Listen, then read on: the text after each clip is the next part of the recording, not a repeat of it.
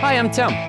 Welcome to a completely different kind of food show. I'm going to teach you how you can be your own personal caterer in your home for fractions of the cost you would pay for an ordinary caterer to come in and do it for you. And I will make you the hero to your party. So what do you say? Let's go have some fun.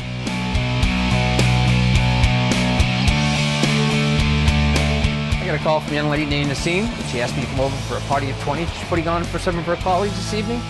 So I'm going to go in and see what I can do for her and make her party special.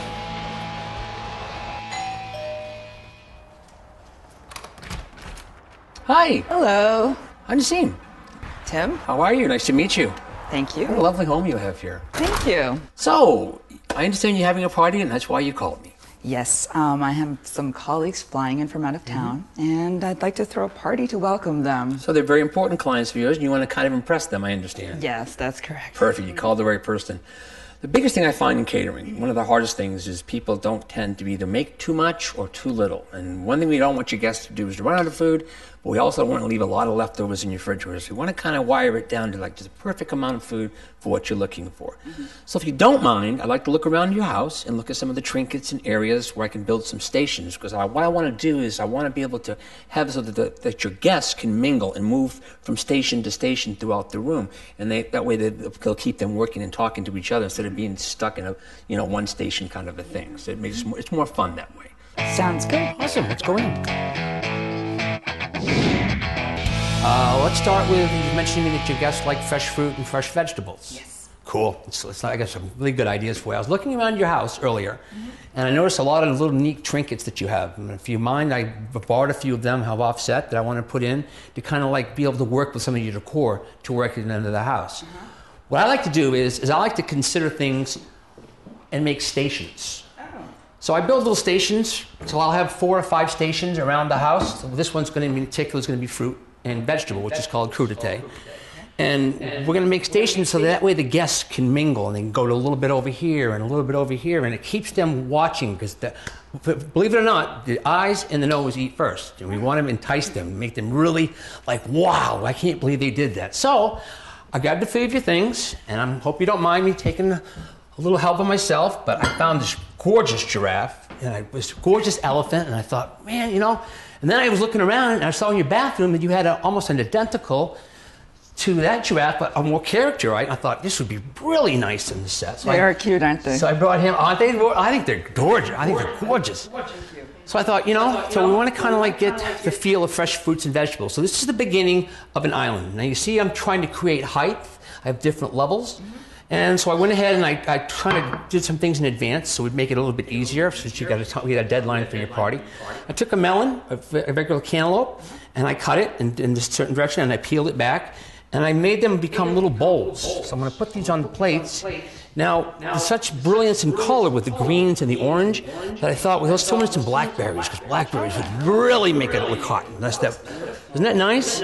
It's so easy to do. Anybody can do this. It's just a matter of using your imagination. And that's what's the fun part about doing what I do. So we've got one with blackberries, and we want to put that one up front, so we want to put one in back. So we're going to use this plate here as a kind of a lifter. So we're going to create 2 different levels. So you get different height variations. Yeah. So now that's a pineapple that I've peeled already. I've taken the top. I never throw the pineapple tops out because they make great presentation. And what you do is you cut down the center, and you peel it open. You look at how beautiful that is on the inside. Never did that. Oh, it's awesome. And you put these down in, and you can get nice little textures inside, so it kind of flows with the whole thing. It looks so nice. Is anybody going to want to eat it? We hope they want to eat it. That's the key. We'll put some fresh dip in, which is always nice. Then I have to add in some whole vegetables to kind of give it the idea of it's like fresh from the garden. So I'll throw in some cherry tomatoes. And then I went ahead and I cut some scallions up. And scallions, I love things that are on a bias, and I cut an angle because they have a nice finish point. You see a lot of stuff that's just chopped off straight. Yeah. Well, this is on a bias and it has a nice little look to it, so you can get it. And once again, it's starting to capture the flow. Yeah. You follow me so far? Absolutely. Now I've cut some other vegetables over here, and I want to interlock the colors. And I've got fruit as well. So I'm going to bring over just some more ingredients that I prepped ahead of time. I'm going to add some strawberries into my other cantaloupe over here and give this some color as well. And I like to take the strawberries and cut them into heart shapes. So they kind of like, it's like if you're looking out if you're out in the garden and the tree drops up one of its babies and it starts to grow a new one, this is kind of a fall off on this. So I'm going to add some more color in. I'm going to break it up with carrots. I like to cut everything in logs because what it does is kind of like playing cards. If you cut it in a log, you can just go and you can display it and it just has a nice looking fan look to it. And you want to capture that throughout. And I'm going to throw some fresh blanched asparagus in. And that's going to give us more color for that. And then I'm going to throw in over here, I'll throw in some zucchini. Give us a little more color on that. So that's just kind of flowing around the whole thing. You follow me? Yeah. Yeah, so, and then I was out in your garden. I was just playing out in the garden before I came in. I thought some things would be nice to add. And I just cut a couple sprigs of green to give us some nice color. Gorgeous. We'll put some more black raspberries over here. And then we'll go ahead, and this is the fun part with fruit. You want to cut, and you want to make sure you trim out all the eyes. The eyes don't show, because that's not very attractive. You go ahead and cut your pineapple down the center, and you want to be careful. You want to cut your core out at the center. So just be careful, gently cut the core out. And once your core's out, you can go ahead and cut your pineapple. I'm going to pull this plate up here for just 1 second so I can get a little bit better angle at it.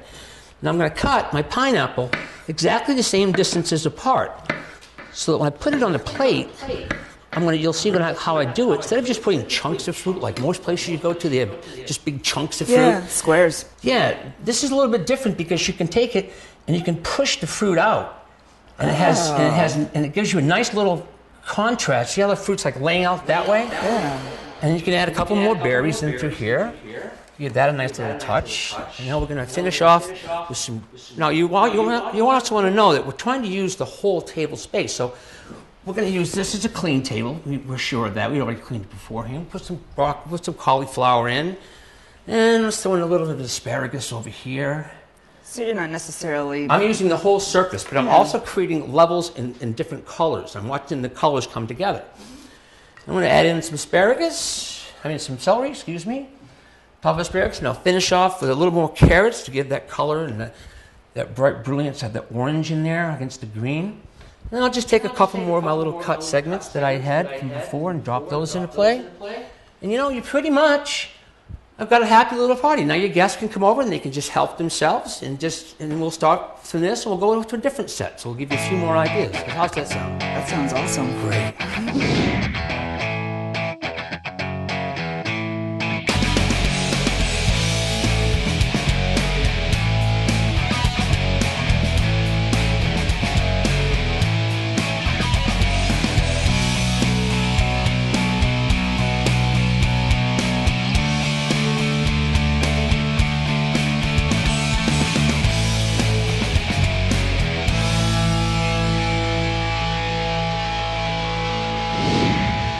So you mentioned you wanted to do sushi tonight, along with the crudité and the veg and the fruit. Cool. Well, let's get together and make some sushi. This is your first time? Yes. Everybody worries about sushi. They think it's gotta be. Oh, it's wonderful. I love sushi. It's one of my favorite things to eat. Ever had a spider roll? Yes. That's my favorite. I love them. So I went ahead and did a few sushis ahead of time, but I thought I'd leave enough for you to be able to do one roll so you can actually see it. So the thing is, you want to take your bamboo roller. You can buy these at any culinary cooking store. They're pretty inexpensive, $3-4. That's all you do. And I wrapped it with saran wrap because the rice is very sticky. So you want to have some cold water beside you when you play with the rice, so that your hands don't stick to the rice.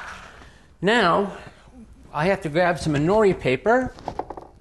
You just happen to have right here. And this is dried seaweed. Okay. I want to take a sheet of this. I'm going to lay this on top of my plastic paper, my bamboo roller. And I'm going to get my hands nice and wet. I'm going to start working this in. Now, the secret to the rice is you want to be able to get it nice and flat. You want to cover your whole surface, but you don't want to cover this edge from up here, because if you do, then the nori paper won't adhere to the other side of the roll, so it won't stick. So you want to cover all of this really good with the rice. And then you can start adding your vegetables in. And you can use fish. I'm going to make a vegetarian roll for this one. Okay. Since I've already got a couple with fish in them from we made earlier. So, get the rice down. That should be sufficient. All right. Now, I went ahead and prepped some vegetables ahead of time. I need some finely cut carrots, a little julienne of carrot for some color, some red onion, some zucchini. And then I'm going to add just a little dollop of wasabi mustard. You ever had wasabi mustard? Yes. Oh, it's pretty tart, huh? We got some right here. I'm going to take a little bit. I'm just going to smear it on the sushi roll itself, so that it goes into the flavor really nice. Okay. Get a towel over here. Excuse me. Now, what we're going to do is we're going to put this to the side, and we're going to start to roll. So you want to go ahead and you want to roll it up, and you want to keep your fingers in and keep pushing back the ingredients onto the roller. Then you're just going to roll ahead, let go, and just roll ahead. Take your water. Go ahead and put a little bit of water on this outside rim so it gives us something to grab onto. Just push your roll in, and voila. You've got a sushi roll. Now, what you can do, a lot of people, these times you see them round in the store. Typically the Japanese don't change a lot. They like to keep it consistent with their heritage. I like to make it a little bit different. A lot of times I'll add in food coloring. If I'll take a red cabbage and reduce it down so it gets nice and purple, or some red peppers, and give it some different colors to blend it in. But in this case, I'm going to keep it pretty traditional. But I'm going to make a little teardrop out of this. So I'm going to push it down on one end. Now, when I take out my sushi roll, here we go. So, now we're going to do, I was prowling around your house, as I'm notorious to do, and I found this really great plate you had in the bedroom hanging on the wall. I thought, wow, this would be perfect for sushi. So I took that, and then I was out back in your yard, and I was fumbling around, and I found this branch, and I thought, you know what? With the lighting on this and the texture of this, it would just go so nice together. Look at how beautiful those pieces go together. Yeah. Isn't that nice? So now we want to go ahead and cut the sushi. Once again, you're going to want to keep your knife wet. I'm going to cut mine more on a diagonal. First of all, I'm going to cut off one end because I want to give myself a showpiece. So I'm going to cut it at a sharp angle. So I've got a nice showpiece there. I'm going to cut it at another angle. So I'm starting off with the two showpieces. See how beautiful those look? Yeah. Now I'm going to just go ahead and do that and slice the rest of them at an angle so they have a nice bias cut like we did with the scallions in the last presentation. And I'm just going to start to run these off together so they have a nice little look about them. Doesn't they look pretty? Yeah. Oh, I love the looks of it. So we're going to need to add some things into this. We're going to add, of course, more sushi. We've got another roll we just made, the vegetarian one. That one's the crab meat one. It's more of American style. This one I'm not going to worry about the centerpiece so much. I'm going to just go ahead and cut this all like I did the one I just laid out. I'm going to put this, and this is I love sushi because it's just so pretty to look at. People come up and they just go like, wow, how did you do that? It makes it easy to eat. Yeah, see how the lines run? I'm working them in so that I'm kind of like bringing them all into teardrops. So, and now I'm going to put some soy sauce in. You've got to have soy sauce to dip in. So now we're going to add in some wasabi. Let's finish off with the roll first. We'll put a few of them up here. Oops. Put one up in here. Take that one and give that to the dog. I don't think she'll like sushi. Let me go ahead and get my knife wet again. You want to keep your knife wet because it sticks to the rice. Keeping it wet. You can actually go out and buy Japanese knives that are made just for sushi, but as long as you've got a really good sharp knife at home, that's pretty much all you really need. You don't have to go out and spend a fortune on a regular sushi knife. This will work just as fine. I'm going to add a few of these up into here. Like so. I'm going to add a few on the front plate. Like so. And then I'm going to throw in a couple of shrimp cakes. I made the cake the same way, just made it in a cake form, kind of like a quenella. You know what a quenella is? It's like a small oblong oval shape. I'm going to put those into play with the fresh shrimp. And once again, I'm following my lines. Then I wanted to add more to this, so I went ahead and I made ahead of time. I made a nice little Japanese salad that I like to make, and I use it with soy vinegar. I use it with soy sauce. Not soy sauce, but I use a little bit of soy, a little bit of olive oil, cucumbers, zucchini, just julienne fine. I'm going to add in a little bit of wasabi, give it a little flavor, some texture. I'm going to add a little bit of soy in so that they have a nice little salad to go along with this. Let me grab a fork or a spoon. Mix that up really nice.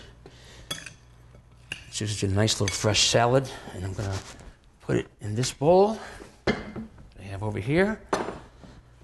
Look at that, look how fresh that salad is. Whenever time you're making like a cold salad with a vinaigrette, where you're using vinegars and oils together, you always want to make sure that you season it at the last minute, because the acidity in the vinegar will break down the vegetables and make them mushy and then lose their color. So you want it to look as fresh as possible. So now we're going to add in a little bit of cracked sea salt. And then we're just going to finish it off by cleaning my cutting board would help. And we're going to go into making some wasabi flowers. These are really easy. All you're going to do is you're going to make your flower, put it in a petal motion, kind of like. You want to make like a flower petal. Just push it down. See what I'm doing? Yeah. Then I'm going to take my paring knife, and I'm going to come in, and I'm going to cut little leaves into it. So it looks like a little leaf. And that's your wasabi leaves for them to dip off from. And you can put those right on this plate. Nice. So, and you can do that. And we can add some greens in here to give us a little more texture. I kind of cut a few of these a little while ago to give us more green color into it. And that's pretty much a presentation. Let's put some chopsticks in. We just had them right here. Give it for display. It's always nice to put chopstick in. It gives it a nice little finishing touch. And I'm just going to throw this in just for a kicker to make that look. And there we go. You're all set to serve sushi. You're welcome.